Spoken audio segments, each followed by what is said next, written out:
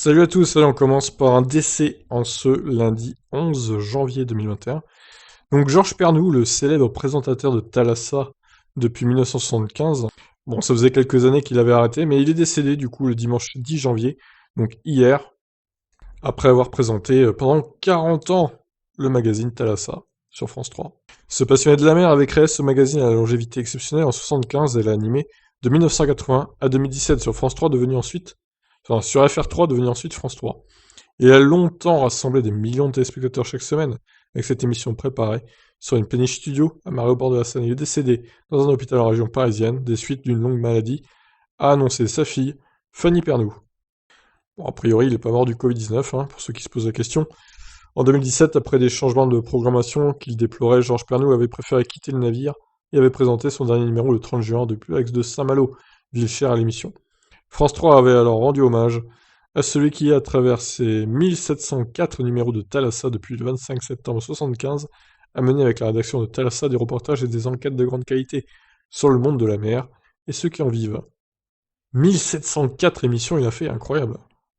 Grâce à Thalassa, Georges Pernou avait réussi à faire connaître et aimer la mer à la France entière. Grand homme de télévision, il avait choisi Marseille pour sa première émission en 1975. C'est souvenu Renaud Muselier, président LR de la région Alpes-Côte d'Azur, sur Twitter. Son bonsoir de ténor restera, son engagement pour la planète aussi. Pendant 40 ans d'émission, Georges Pernou a beaucoup contribué à la prise de conscience écologique. Par la mer, il a révélé à des millions d'entre nous que nous sommes des terriens, a salué Éric Piolle, le maire écologique de Grenoble. Né en 1947 au Maroc, Georges Pernou est d'abord un amateur de montagne. Il fait ses débuts comme caméraman en 68, travaille ensuite comme reporter et couvre sa première course à la voile autour du monde en 73. C'est là que la mer le prend dans ses filets.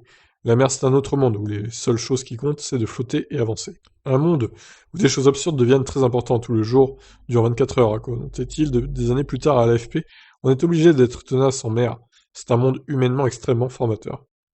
Devenu rédacteur en chef adjoint chargé de l'image de FR3, aujourd'hui France 3, en 1975, il a créé, la même année, Thalassa. Il doit le nom à son père helléniste.